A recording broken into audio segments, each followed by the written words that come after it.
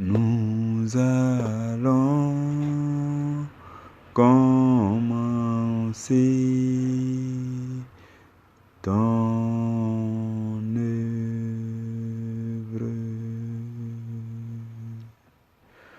Nous allons glorifier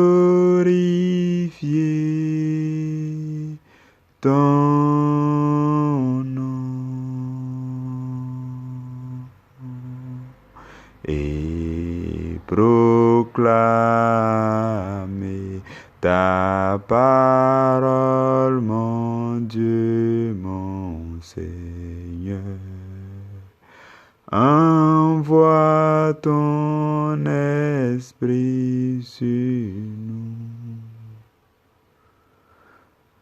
Frères et sœurs dans le Seigneur, je suis convaincu que l'Esprit de Dieu t'a rejoint là où tu te trouves en ce moment pour écouter ce message divin. Je bénis alors la présence du Saint-Esprit. Je bénis la présence de Dieu qui va se charger à partir de maintenant de transmettre les mots que tu entends jusqu'à ton cœur, afin que tu y découvres les révélations cachées, les mystères cachés, que tu y fasses des découvertes qui vont te permettre d'être propulsé dans ta vie. Je bénis Dieu pour ta présence et je te dis merci pour ce moment de sacrifice et d'obéissance que tu fais pour écouter ce message. Je rends grâce à Dieu qui nous réunit dans sa présence en cet espace spirituel dénommé ton pain de la première heure.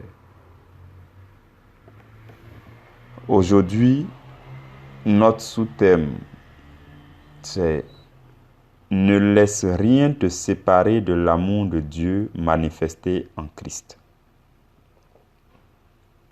Ne laisse rien te séparer de l'amour de Dieu manifesté en Christ. Et nous allons lire ensemble 3 passages bibliques que nous allons également méditer ensemble. Le premier passage, c'est Luc chapitre 14, versets 28, 29 et 30. Je lis la parole du Seigneur. Lequel de vous, s'il veut bâtir une tour, ne s'assied d'abord pour calculer la dépense et voir s'il a de quoi la terminer, de peur qu'après avoir posé les fondements, il ne puisse l'achever, et que tous ceux qui le verront ne se mettent à le railler, en disant, cet homme a commencé à bâtir et il n'a pu l'achever. Parole du Seigneur. Ce texte-là, nous l'avions déjà partagé dans une autre méditation d'un autre sous-thème, mais ce n'est pas sur lui en tant que tel que nous allons nous attarder en ce soir. C'est pourquoi nous allons lire, je nous invite à lire ensemble le deuxième passage biblique qui est Romains chapitre 8, versets 37 à 39. Romains chapitre 8 que j'appelle l'hymne de la victoire du chrétien. Un très beau texte biblique, Romains chapitre 8, tous les versets. Mais nous allons juste lire les versets 37, 38 et 39. Je lis la parole du Seigneur. Mais dans toutes ces choses, nous sommes plus que vainqueurs par celui qui nous a aimés. Car j'ai l'assurance, c'est Saint Paul qui parle, il dit car, au verset 38, car j'ai l'assurance que ni la mort, ni la vie, ni les anges, ni les dominations, ni les choses présentes, ni les choses à venir, ni les puissances, ni la hauteur, ni la profondeur, ni aucune autre créature ne pourra nous séparer de l'amour de Dieu manifesté en Jésus-Christ notre Seigneur. Parole du Seigneur. Nous rendons grâce à Dieu. Alors, nous allons également lire le troisième passage qui est 1 Corinthiens chapitre 10, verset 13. 1 Corinthiens chapitre 10, verset 13. Je lis la parole du Seigneur. Aucune tentation ne vous est survenue qui n'ait été humaine.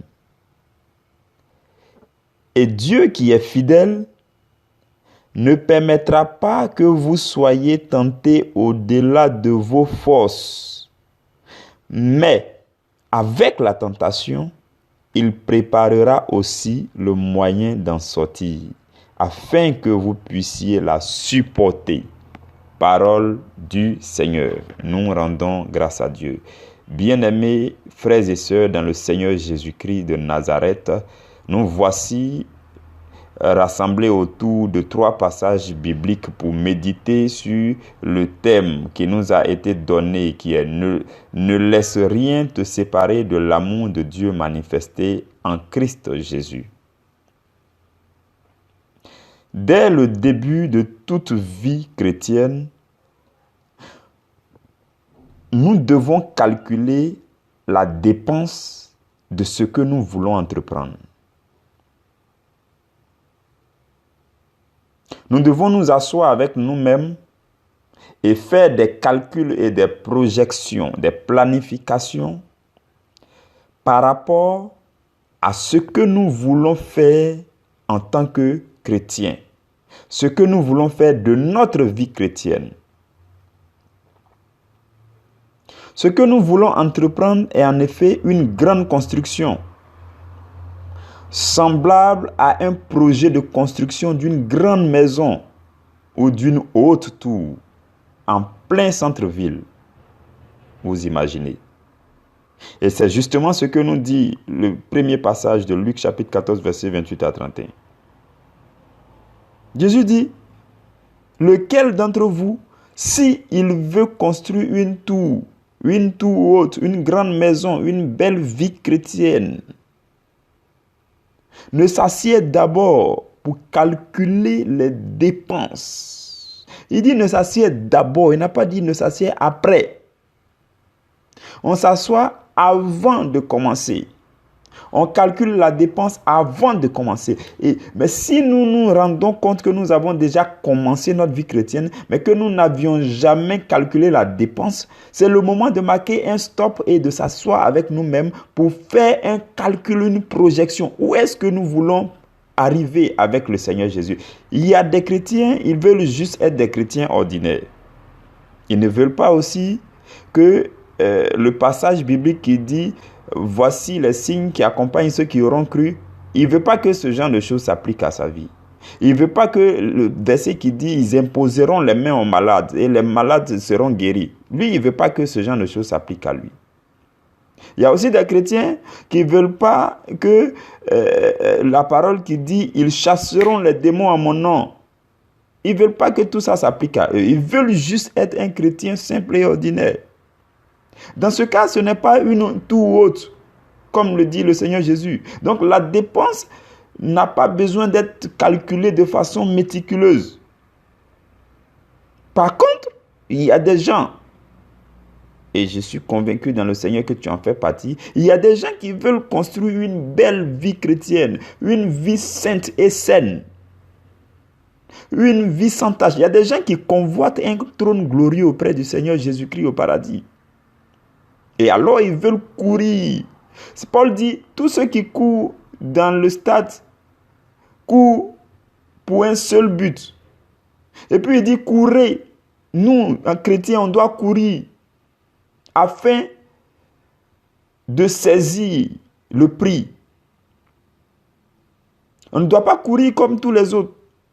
On ne doit pas vivre notre vie chrétienne comme tous les autres. Si vous et moi, nous avons à construire une belle vie chrétienne, le Seigneur Jésus nous demande simplement de nous asseoir, de marquer de temps en temps des pauses, de faire des bilans à mi-parcours pour voir où est-ce que nous en sommes. Est-ce que nous sommes en train de progresser ou bien nous sommes en train de régresser? Et si nous ne calculons pas bien la dépense, si nous n'identifions pas bien les potentielles contraintes,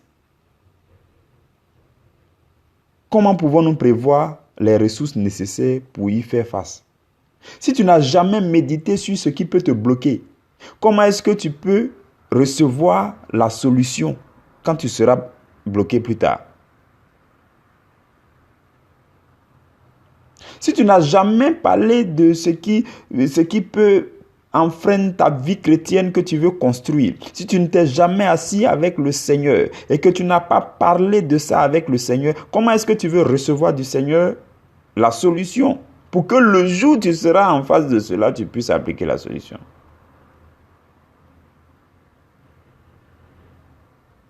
Si nous avançons aveuglement, c'est sûr que nous rencontrerons des obstacles dont on n'en a jamais entendu parler et dont on n'a jamais prévu la solution. C'est pourquoi il faut un travail d'analyse pour chacun de nous. Si vraiment nous voulons construire une belle et glorieuse vie chrétienne.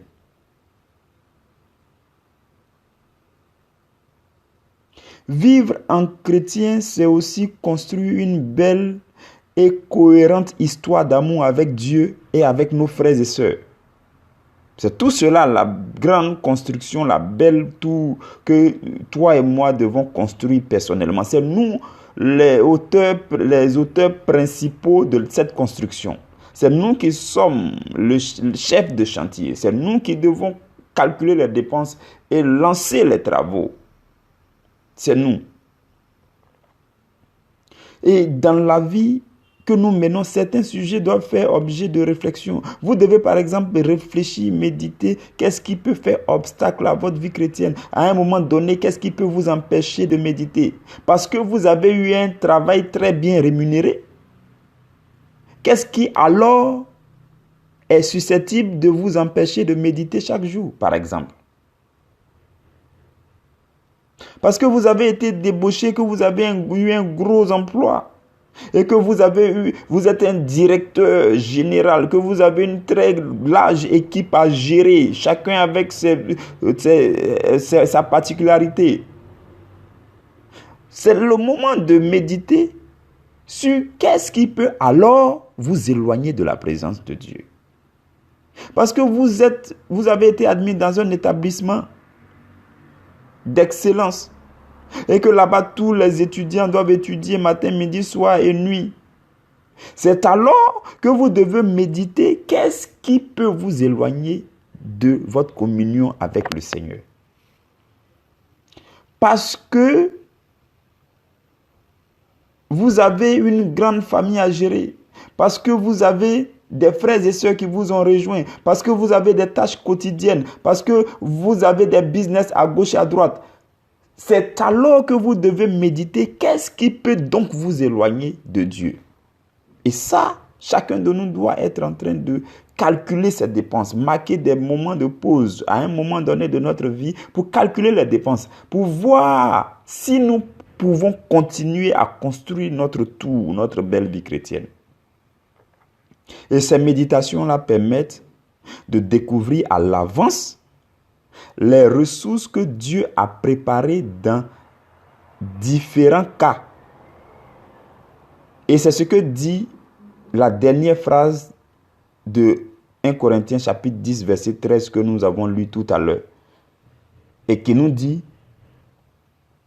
que avec la tentation, Dieu préparera aussi le moyen d'en sortir afin que vous puissiez la supporter. Dieu a prévu un moyen pour que nous puissions nous en sortir dans chaque tentation. Dieu a préparé pour chacun de nous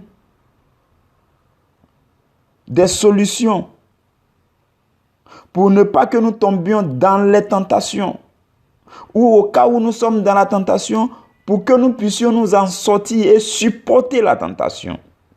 Mais si nous ne lui demandons pas de nous faire savoir ces choses, comment le serons-nous? Si on n'a jamais pris du temps avec le Seigneur pour lui demander, Seigneur, qu'est-ce que nous devons faire dans tel cas dans le futur? Si on n'a jamais médité sur ces questions, Dieu ne va pas se lever seul pour venir nous donner la solution. Parce que lui-même, il a dit, demandez, vous recevrez. Pour quelqu'un qui n'a pas demandé, il ne peut pas recevoir. Je choisis bien mes mots. La Bible dit, demandez, vous recevrez. Si alors vous n'avez pas demandé, qu'est-ce que vous voulez recevoir?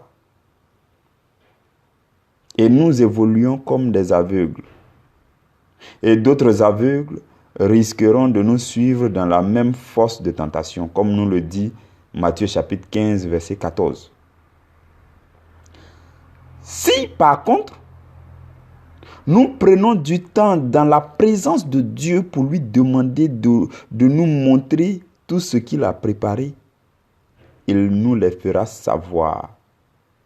Parce qu'il respecte sa parole dans Matthieu chapitre 7, verset 11, où il a dit, si vous qui êtes si mauvais, vous savez donner de bonnes choses à vos enfants, à combien plus le Père Céleste ne vous donnera-t-il pas de bonnes choses si vous le lui demandez? Si vous prenez du temps dans la méditation pour demander des bonnes choses au Seigneur, pour demander tout ce dont vous avez besoin pour bien construire votre vie chrétienne, pour lui demander de vous ouvrir les yeux sur tout ce qui est susceptible de vous séparer de l'amour de Dieu manifesté en Christ. Parce que vous, justement, vous voulez demeurer dans l'amour de Dieu manifesté en Christ, et tout ce qui peut se présenter comme obstacle, vous voulez ôter ces obstacles. Donc la solution qui vient vous aider à ôter ces obstacles, il va falloir que vous preniez du temps dans la présence du Seigneur afin de demander ça à Dieu.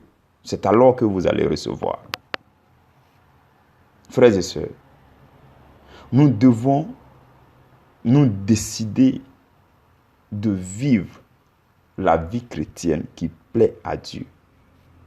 Et nous devons haïr tous les obstacles que l'ennemi veut envoyer afin de nous entraver dans notre marche avec le Seigneur.